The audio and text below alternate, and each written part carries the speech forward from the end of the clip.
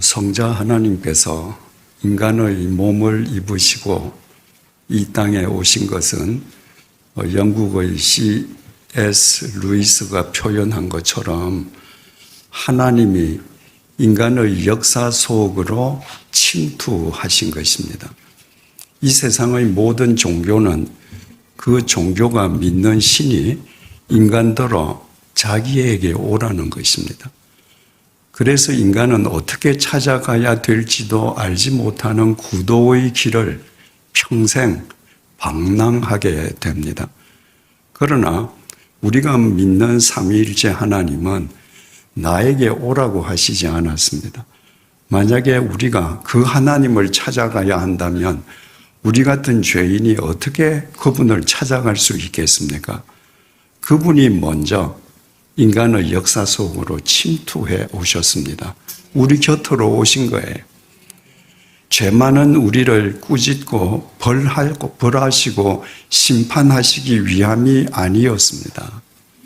우리를 죄에서 구원해 주시고 우리의 약함을 강하게 해 주시고 우리의 병을 치유해 주시기 위함이었습니다. 주님께서는 사람을 구별하시지 않았습니다. 어느 정도 학력 이상, 어느 정도 재산 이상만 내가 고쳐주마 그러지 않았습니다. 누구든지 당신 앞에 나오면 모든 사람을 구별하시지 않고 다 고쳐주셨습니다. 마태복음을 중심으로 주님께서 이 땅에서 어떤 병자들을 어떻게 고쳐주셨는지 잠시 생각해 보기로 하겠습니다.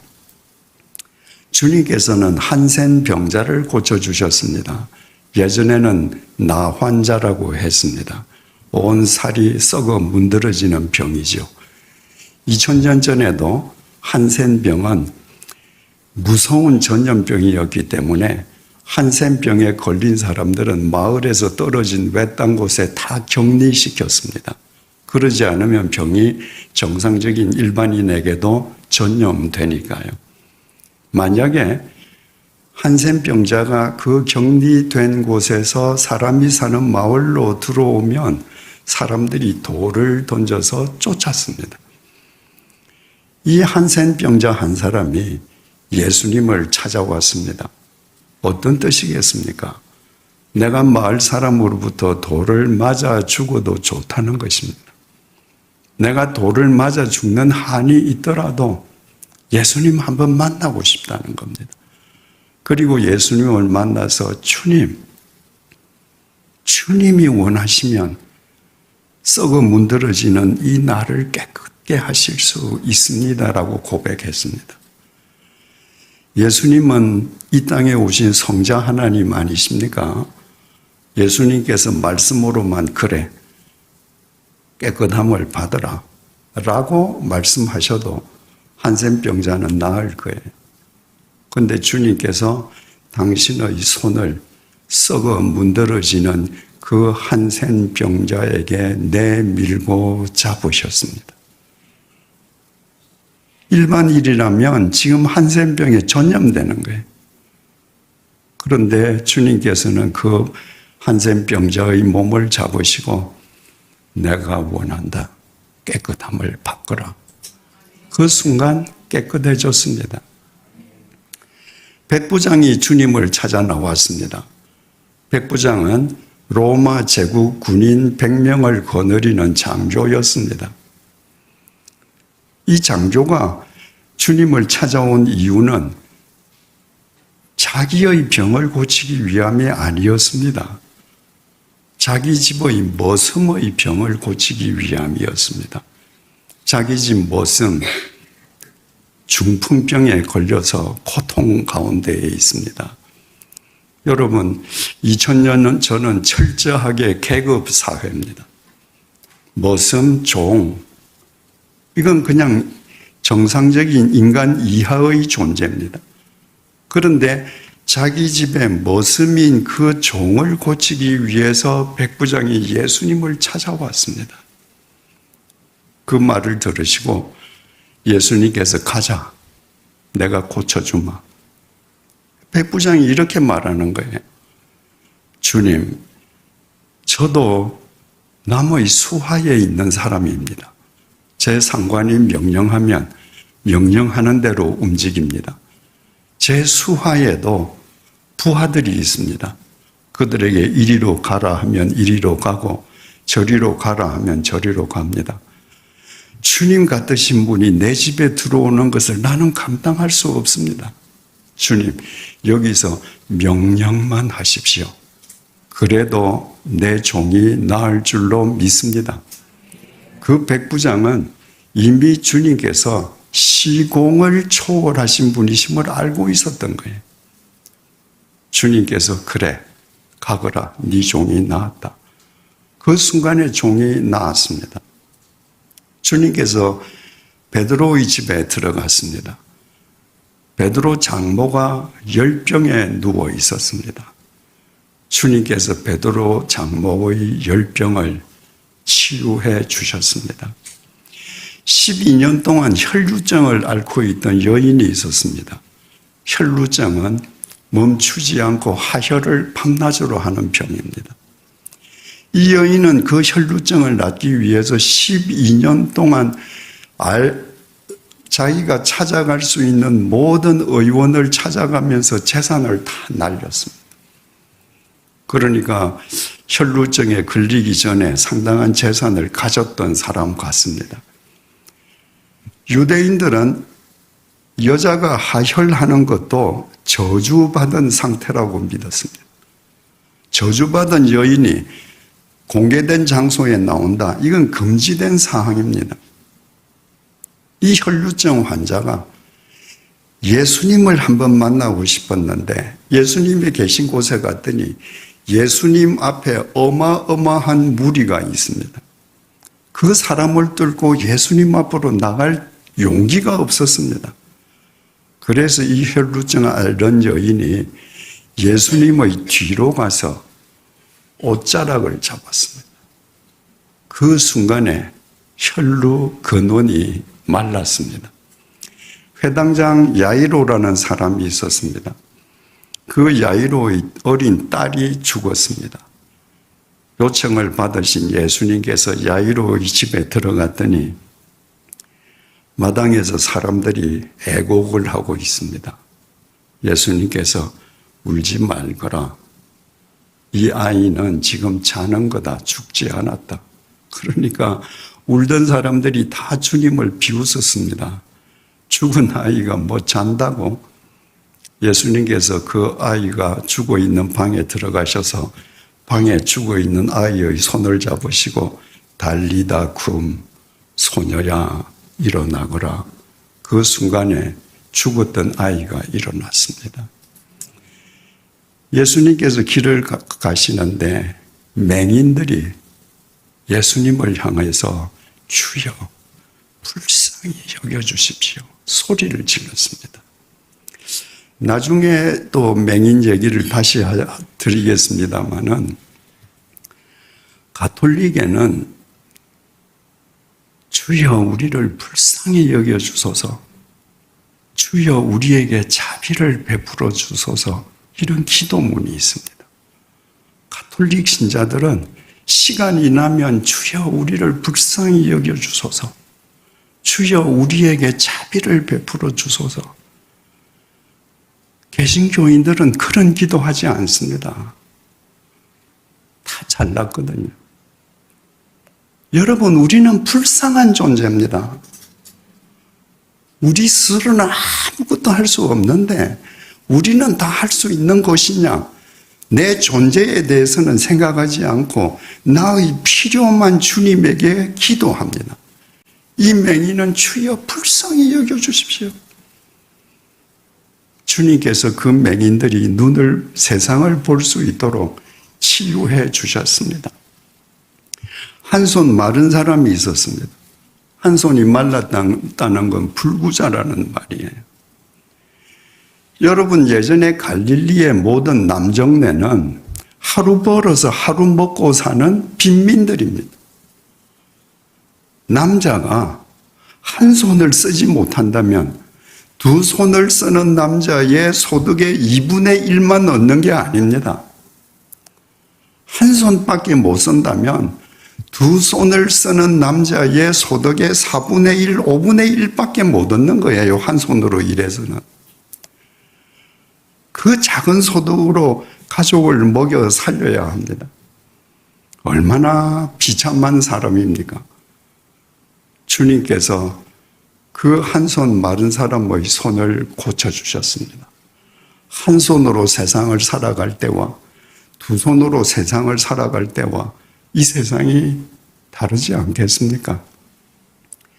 귀신에 들려서 말 못하는 농아를 주님께서 그를 사로잡고 있는 귀신을 쫓아내어 주시고 말을 할 수 있게 해 주셨습니다. 이처럼 주님께서는 당신을 찾아오는 모든 병자들을 구별하지 않고 다 고쳐주셨습니다. 그래서 마태복음 9장 35절이 이렇게 증언합니다. 예수께서 모든 도시와 마을에 두루다니사 그들의 회당에서 가르치시며 천국 복음을 전파하시며 모든 병과 모든 약한 것을 고치시니라. 모든 마을을 가서 모든 사람들의 모든 병과 모든 약함을 차별하지 않고 다 고쳐주셨습니다. 그렇다고 해서 주님께서 이 땅에 오셔서 병든 가련한 사람들의 병만 고쳐주신 것이 아닙니다. 당신을 만난 인간들이 당면한 생존의 문제, 인생의 문제도 해결해 주셨습니다. 어느 날 제자들이 주님과 함께 배를 타고 갈릴리 바다를 건너가는 도중에 갑자기 돌풍을 만났습니다. 배가 뒤집히려 그러고 모두 다 죽게 생겼습니다. 그때 주님께서 폭풍을 꾸짖으셨습니다. 그 순간 바다가 잠잠해졌습니다. 또 한 번은 제자들끼리만 배를 타고 갈릴리 바다를 건너갑니다. 그런데 그날 밤에도 돌풍에 이 배가 휩쓸렸습니다. 주님께서 기도하러 산에 올라가셔서 산 위에서 보니까 돌풍 속에서 제자들이 탄 배가 지금 위기를 맞았거든요. 그래서 주님께서 그 제자들을 고쳐주시기 위해서 산에서 내려오셔서 바다를 걸어가셨습니다. 왜냐하면 산에서 내려오셔서 주님께서 배를 하나 구해서 배를 로저어 가시면 시간이 얼마나 걸리겠습니까? 그래서 그 폭풍이 있는 바다를 걸어가셔서 제자들을 구해 주셨습니다. 이런 일도 있었습니다. 주님께서 베세다 벌판에 가셨을 때 주님께서 베세다 벌판에 나타나셨다는 소문이 인근 마을에 삽시간에 퍼졌습니다. 그랬더니 사람들이 몰려오기 시작하는데 다 자기 집에 있는 병자들 데리고 오는 거예요. 자, 아까 예수님께서 고쳐주신 한센병, 중풍병, 열병, 혈루증, 손불구, 말 못하는 농아, 이거 전부 다 불치병입니다. 의학으로 당시에 못 고치는 병이에요. 그러니까 그렇게 의사들이 고칠 수 없는 병자들이 얼마나 많았겠습니까? 그 옛날에. 예수가 나타났다는 얘기를 듣고 사람들이 자기 집에 있는 병자들을 다 데리고 온 거예요. 주님께서 그 사람들을 다 고쳐주시는데 워낙 사람들이 많으니까 지금 해가 저물어 갑니다. 그 가난한 사람들이 집에 가서 먹을 밥이 그때 있겠습니까? 그래서 예수님께서 제자들에게 이 사람들 가운데에 무슨 먹을 것이 있는지 한번 찾아봐라. 그랬더니 어린 소녀 한 명이 빵 5개와 생선 2마리를 가지고 있었습니다. 우리 성경에 빵 5개, 생선 2마리 이러니까 우리가 흔히 보는 큰 빵 5개, 이만한 생선 2마리 이렇게 생각하는데 헬라어 원문에 그 말들이 지소사로 기록되어 있습니다. 지소사라고 하는 것은 원래의 모양보다 작은 모양의 형태를 나타내는 겁니다. 예를 들어서 말의 지소사는 망아지, 소의 지소사는 송아지, 비올라의 지소사는 바이올린. 그러니까 빵 5개와 물고기 2마리가 지소사로 기록되어 있다는 것은 우리 성경 번역처럼 빵 5개, 물고기 2마리가 아니라 빵 5조각, 물고기 2토막 이 뜻입니다. 그러니까 이 아이가 낮에 놀러 나갈 때 어머니가 도시락을 싸줄 때 이런 생선 2마리를 줬겠습니까? 집에 있는 빵 5조각 싸고 생선 있는 거 2토막 잘라서 너 놀다가 배고프면 이거 먹어라. 그 아이의 도시락입니다. 그것밖에 없는 거예요.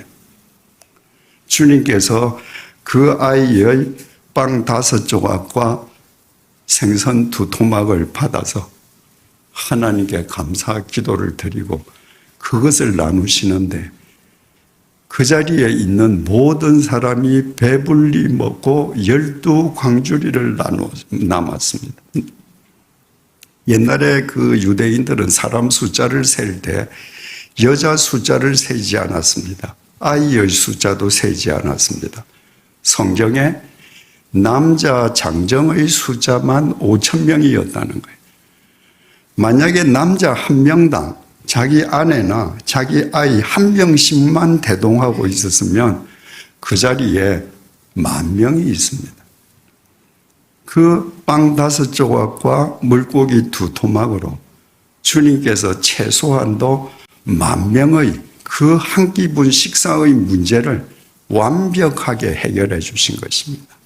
이처럼 주님께서는 당신에게 찾아 나오는 모든 병자의 모든 병을 고쳐주시고 당신이 만난 인간 제자들의 당면한 인생 문제를 다 해결해 주셨습니다.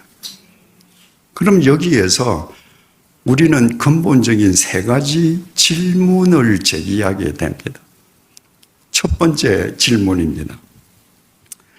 주님께서 당신을 찾은 모든 병자를 다 고쳐주시고 당신이 만난 모든 인간의 문제를 다 해결해 주셨다면 평생 병이 낫지 않고 하는 일마다 실패하는 사람, 그 사람은 믿음이 부족해서 그런가? 그 사람은 기도가 부족해서 그런가? 그 사람은 회개하지 않았기 때문인가? 라는 질문입니다. 한국 교회가 70, 80년대에는 기도원 전성시대였습니다. 웬만한 그리스도인치고 주중에 기도원에 다녀오지 않으면 성숙한 그리스도인이 아닌 것처럼 당시에 치부되었습니다. 그래서 그리스도인들 중에서 전국에 있는 기도원 몇 군데를 섭렵했다거나 어느 기도원에 가서 소나무나 잣나무를 안고 기도하면서 소나무 뿌리를 몇 그루가 빠졌다는 둥, 그게 자랑이었습니다. 그런 시대에 우리 어머니도 기도원을 좋아하셨습니다. 그래서 저도 시간이 날 때 어머님을 모시고 기도원에 가면요, 기도원 원장이 그 자기 앞에 있는 교인들, 얼마나 절박한 사람들이 그 산속에 찾아가겠습니까? 자기가 설교하고 자기가 기도하고 안수하면 모든 병자가 다 나을 거라고 설교합니다. 그리고는 설교 끝나고 헌금 끝나고 나면 안수 기도를 해요. 안 낫습니다. 그러면 원장들이 공통적으로 하는 말들이 있습니다. 아직도 여러분들 기도가 부족하다. 아직도 여러분들 믿음이 부족하다고. 여러분들 아직 회개하지 않았다고. 불치의 병에서 지금 낫지 못하는 사람, 지금 하는 일이 실패해서 고통 속에 있는 사람, 그 사람들은 정말 기도가 부족해서 그렇습니까? 믿음이 부족해서입니까? 회개하지 않았기 때문입니까? 두 번째 질문입니다. 두 번째 질문은 첫 번째 질문을 거꾸로 한 내용입니다. 주님께서 모든 병자의 병을 고쳐주시고 모든 사람의 인생의 당면한 문제를 해결해 주셨다면 무병장수하고 하는 일마다 잘 되어서 예금 통장에 잔고가 늘어나는 사람들, 그 사람들은 기도를 많이 해서 그렇습니까? 그 사람들은 믿음이 좋은 진짜 예수쟁이들입니까? 그 사람들은 정말 회개의 삶을 살기 때문에 무병장수하고 경제적으로 덕을 보면서 사는 것입니까? 마지막으로 세 번째 질문입니다. 우리는 다 하나님을 믿는 사람들입니다. 우리가 하나님을 믿는다라고 고백할 때 그 믿음의 근거는 하나님께서 계시해 주신 성경 말씀입니다. 그 성경 말씀을 믿지 않으면 하나님을 믿는 게 아닙니다. 그런데 성경 말씀은 A4 용지 한두 페이지로 이루어져 있는 게 아닙니다. 성경 말씀은 무려 66권으로 이루어져 있습니다. 신구약 합쳐서 페이지 수만 1700페이지가 넘습니다. 그 방대한 분량의 성경을 내가 누군가에게 가서 나는 이 성경을 믿습니다라고 할 때 도대체 뭘 믿는다는 거예요? 그 성경 중에서 뭘 믿는다는 거예요? 창세기 1장부터 요한계시록 22장 마지막 절까지 다 며칠 걸려서 읽으면서 다 성경을 덮으면서 나 이거 다 믿어. 이렇게 얘기할 겁니까? 그러면 상대가 듣지 않고 집에 가버리죠. 그래서 그리스도인의 믿음의 핵심이 뭔가? 이 성경을 믿는다는 것은 무엇을 믿는다는 것인가? 를 압축한 것이 사도신경입니다. 사도신경을 믿는 것은 성경 66권을 압축해서 성경의 핵심이 이것이기 때문에 우리는 하나님을 이렇게 믿습니다. 그래서 예배 시간에 사도신경으로 우리의 신앙을 고백합니다. 그런데 우리의 신앙을 고백하는 것이 사도신경인데 그 사도신경 내용에 왜 예수님께서 모든 병자를 고쳐주신 것은 안 나옵니까? 왜 예수님께서 오병이어로 그 많은 사람들을 배불리 먹이게 해주신 그 표적은 언급되지 않습니까? 제가 목회를 하면서 세례 신청자들에게 세례를 받기 전에 개인의 신앙 고백서를 제출하게 합니다. 물론 그 전에 교구 목사님들을 통해서 세례가 무엇이고 우리 믿음이 무엇인지 철저하게 교육을 받습니다. 그런데도 세례 신청자들에게 세례 고백서를 받으면 그 고백서는 마지막에 제가 읽거든요. 거의 대부분 그 신청자들이 저는 예수님께서 불치의 병자들을 낫게 하신 것을 믿습니다. 저는 예수님께서 바다 위를 걸어가신 것을 믿습니다. 저는 예수님께서 빵 5조각과 물고기 2토막으로 큰 무리를 먹이신 것을 믿습니다라고 신앙 고백서를 씁니다.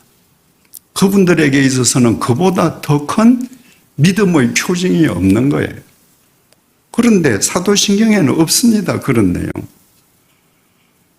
왜 믿음의 핵심을 드러내는 우리 신앙의 고백문에는 그런 내용은 빠져 있는가? 이 땅에 오신 예수님께서는 아까 말씀드린 것처럼 당신을 찾아오는 모든 병자를 다 고쳐주셨습니다. 당신이 만난 인간이 당면한 문제를 다 해결해 주셨습니다. 그러나 그것은 마태복음 15장까지입니다.